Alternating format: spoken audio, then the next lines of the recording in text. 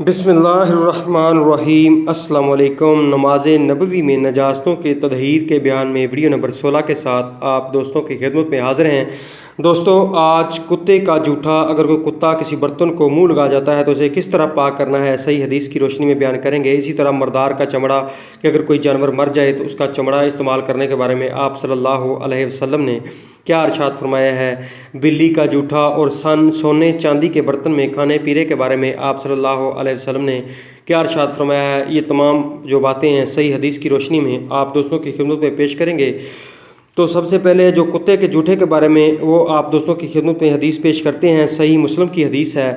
سیدنا عبداللہ بن مغفر رضی اللہ عنہ سے روایت ہے کہ رسول اللہ صلی اللہ علیہ وسلم نے فرمایا، اگر کتا کسی کے برتن میں منہ ڈال جائے یا بعض روایات کے مطابق پانی وغیرہ پی لے تو برتن کو 7 بار پانی سے دھو ڈالیں اور پہلی بار مٹی سے مانجیں۔ یعنی کہ اگر کوئی کتا آپ کے کسی برتن میں منہ ڈال جاتا ہے تو آپ اسے 7 بار دھوئیں گے اور پہلی بار جو ہے وہ مٹی سے دھوئیں گے اور باقی جو 6 بار ہے وہ پانی یا صابن وغیرہ سے دھو سکتے ہیں۔ اسی طرح مردار کا چمڑا جو ہے، اس بارے میں پہلی جو حدیث ہے وہ صحیح بخاری شریف کی ہی ہے کہ حضرت مومنہ رضی اللہ عنہ کی بکری مر گئیں جو ان کی لونڈی کو کسی نے صدقے میں دی تھی۔ نبی اکرم صلی اللہ علیہ وسلم اس کے پاس سے گزرے اور پوچھا کہ تم نے اس کا چمڑا اتار کر رنگ کیوں نہیں لیا تاکہ اس میں سے فائدہ اٹھاتے؟ لوگوں نے کہا وہ تو مردار ہے۔ آپ صلی اللہ علیہ وسلم نے فرمایا اس کا صرف کھانا حرام ہے۔ اسی طرح ایک اور حدیث صحیح بخاری شریف کی ہی ہے کہ ام المومنین حضرت سودہ رضی اللہ عنہ نے فرمایا کہ ہماری بکری مر گئی، ہم نے اس کا چمڑا رنگ کر مشک بنا لی، پھر ہم اس میں نبیذ کھجور کا مشروب بناتے رہے یہاں تک کہ وہ پرانی ہو گئی۔ ایک اور حدیث میں نبی صلی اللہ علیہ وسلم نے ارشاد فرمایا، یہ سنن ابی داؤد کی روایت ہے کہ درندوں کی کھال استعمال کرنے سے نبی کریم صلی اللہ علیہ وسلم نے منع فرمایا ہے۔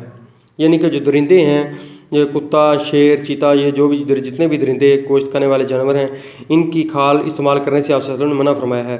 اسی طرح بلی کے جوٹھے میں آپ صلی اللہ علیہ وسلم نے کیا ارشاد فرمایا؟